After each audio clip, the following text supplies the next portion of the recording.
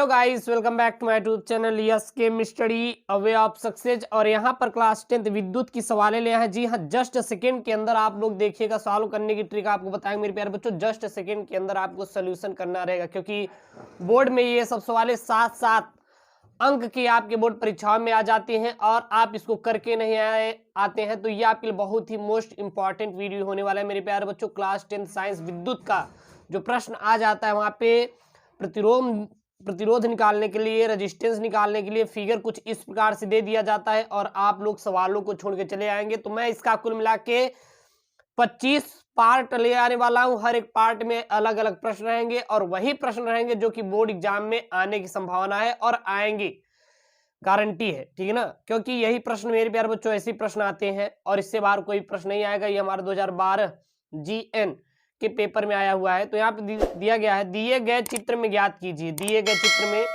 एक यहाँ पे प्यारा सा आपके लिए फिगर बना दिया है।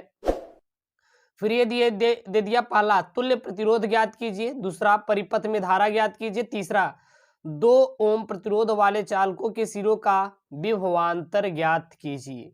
कितने, पहले तुल्य प्रतिरोध ज्ञात करना है। सबसे फर्स्ट टारगेट प्रतिरोध। पहले तुल्य प्रतिरोध दो प्रकार के होते हैं, एक समांतर क्रम संयोजन, एक श्रेणी क्रम संयोजन। समांतर क्रम संयोजन और श्रेणी क्रम संयोजन क्या है, यहाँ पे देखिएगा।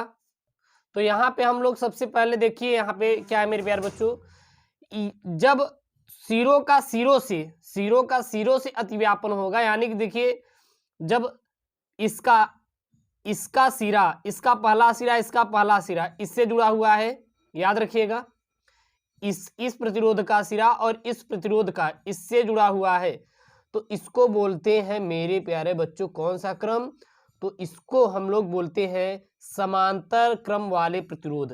समांतर क्रम में क्या होता है, सभी प्रतिरोध का पहला सिरा पहले सिरे से ही जुड़ा होता है। और श्रेणी क्रम में क्या होता है, पहले प्रतिरोध का पहला सिरा दूसरे प्रतिरोध के दूसरे सिरे से जुड़ा होता है। तो ये इतना किसमें जुड़ा हुआ है, समांतर क्रम में। समांतर से बना लेंगे हम लोग श्रेणी और फिर तीनों को हम लोग निकाल लेंगे प्रतिरोध। तो सबसे लिखेंगे समांतर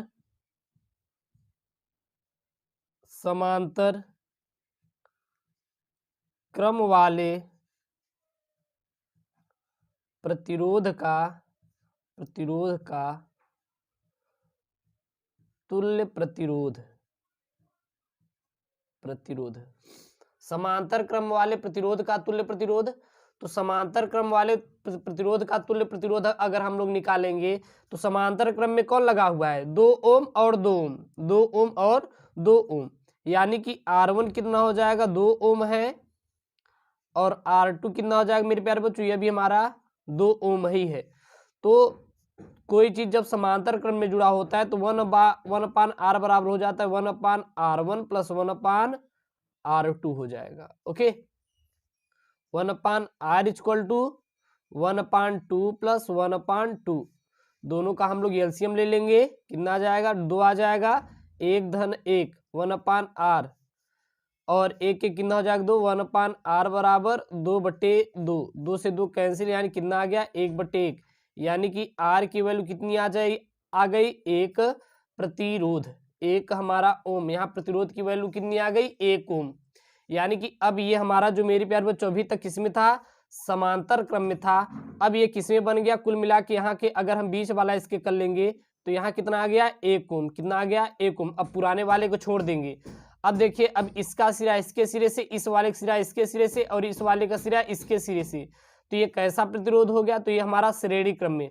अब हम श्रेणी का निकाल लीजिए, अब हम निकाल लेंगे तुल्य प्रतिरोध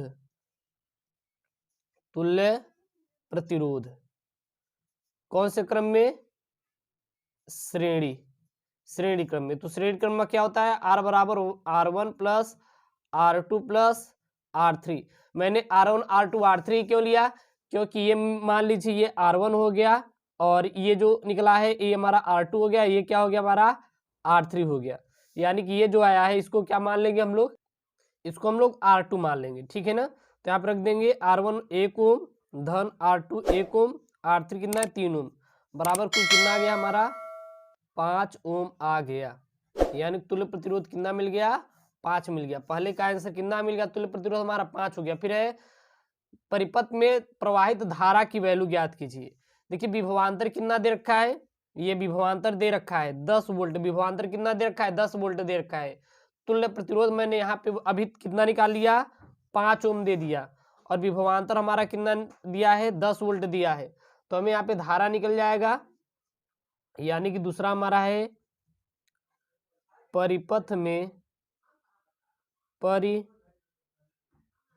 में धारा, यानी कि I बराबर क्या हो जाएगा V/R। V की वैल्यू 10 वोल्ट और प्रतिरोध कितना दिया है 5 ओम, कितना दिया है 5 ओम। यह हमारा कितना आ जाएगा 5 दूनी 10, यानी कि 2 एम्पियर। परिपथ में प्रवाहित धारा कितना मिल गया हमारा 2 एम्पियर मिल गया।